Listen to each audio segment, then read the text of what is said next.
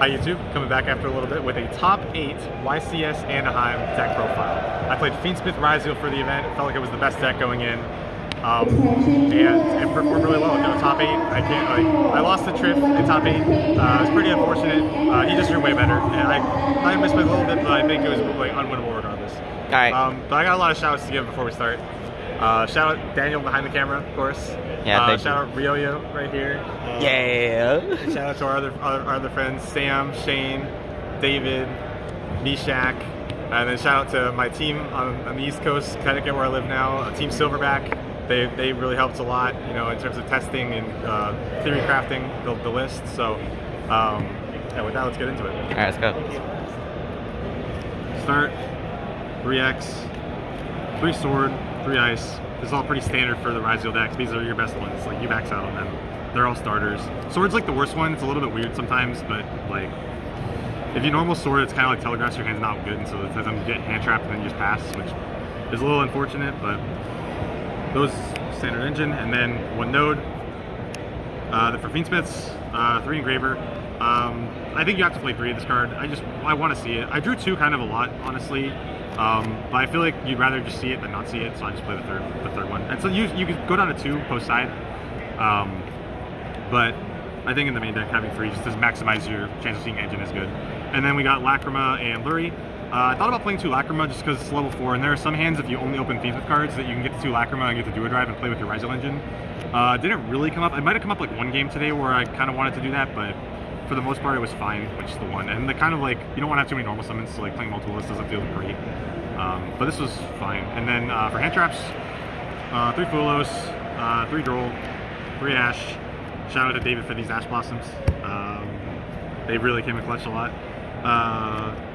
2 Nibirs, 1 Veiler, and 1 Ogre. So the theory behind a lot of the hand trap ratios, I felt Droll was just the best one in the mirror.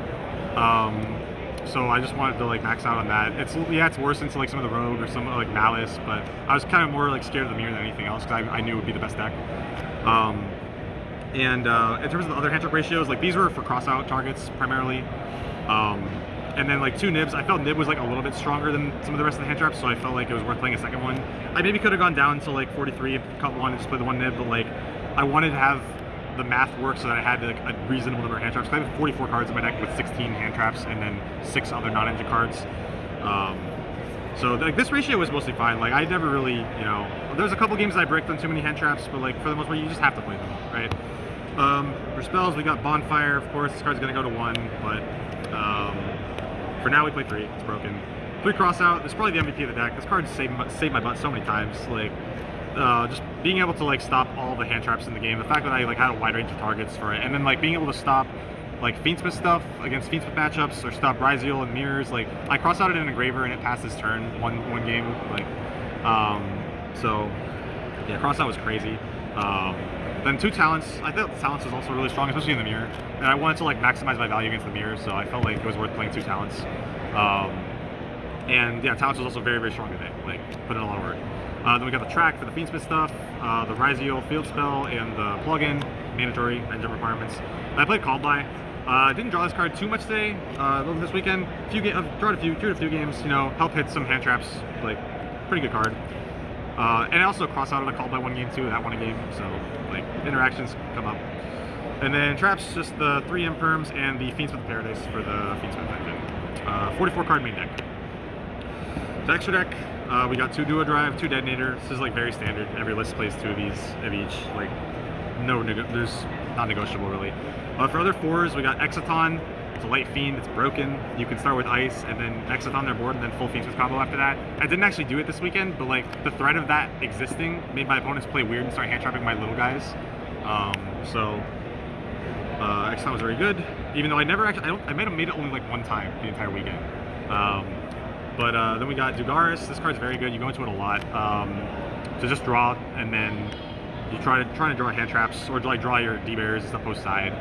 And then you can also use just game people with like the double attack effect on Detonator, so that also comes up. Baguska. This is your like your option if you get stopped and you just like don't want to go Detonator, you just pick Baguska instead sometimes, and then sometimes that's good enough. Like against Tenpai, I played 3 Tenpai this weekend, and Baguska just sold like 2 of those matchups because they can't play into this card, so Baguzka. Dweller, I don't think I actually made Dweller at all this weekend, but it was there in theory. Like against Fiendsmith matchups, it could have been good. I never really needed to go into it. I played against Mermail too. I also didn't need to go into it against that matchup, but like I still think Dweller's worth playing. It's probably like the one flex spot where you could maybe argue it should have been something else, but I think it was. I think it was a good decision still. And we have Typhon. Typhon only came up like maybe 2 games, but I think it's still like a necessary card to play, just because there are hands where you have like only hand traps and you need to be able to do something under that, and it can like keep you in the game against like a Heart's Detonator, right? Then we got the Aggregator for the X. Yeah, this card is really insane. Just being able to, like, even with your Detonator negated, you can just like detach and then have a negate with the Aggregator, so it's like really strong. That's it for Exceeds, and then for Fiendsmith stuff, Moon, Requiem, Sequence, Agnum Day, and the Desiree. There's really not space to try to play a bigger package with this, because I've seen a lot of lists play Necroquip and Chaos Angel, or play Trif was even on Caesar, and I thought that was kind of interesting.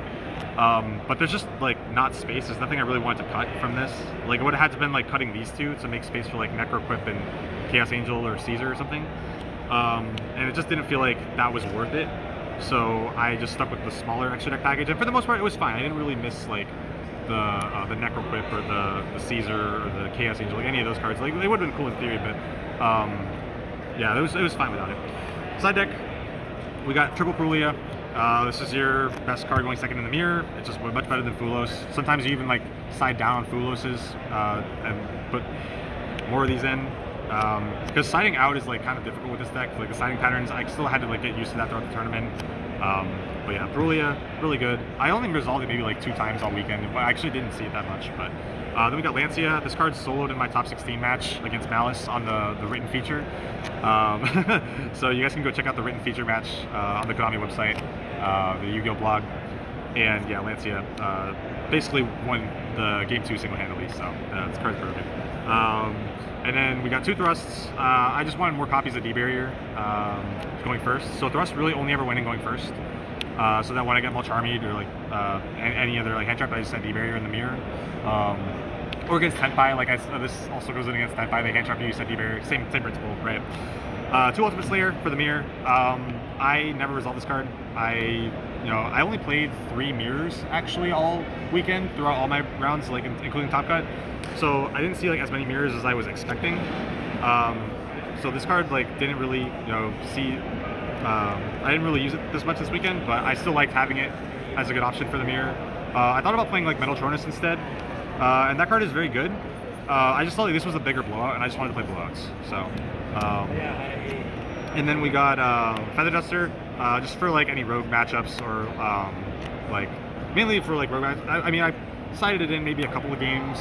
I don't even remember what matchups I sided it in against, but I think against Memento. I played against Memento. I put this in against that matchup, but yeah, I think you still have to play it like and out. If you say you play against like some annoying floodgate deck or something in the early rounds, you kind of have to have an answer, right? And then we got 3D Barrier. Again, it just solos so many matchups. Auto wins you the mirror. Auto wins you against Tenpai. Auto wins you against like a lot of matchups. So, and then the last card was 1 copy of Sanctum. And the theory stands, I just wanted to play blowouts, and this is a card for Thrust against Maliss, that you go Thrust for this, and then you summon Lancia, and they can't play. So that's, I never actually pulled it off this weekend in any of my Maliss matchups, but in theory it was good. Yeah, in theory I like the idea. So that's the list. I'm really happy to have made top 8. It was a great tournament. I really had a lot of fun actually playing these rounds. I had a lot of good matches. And thank you guys for watching, and see you next time. Bye.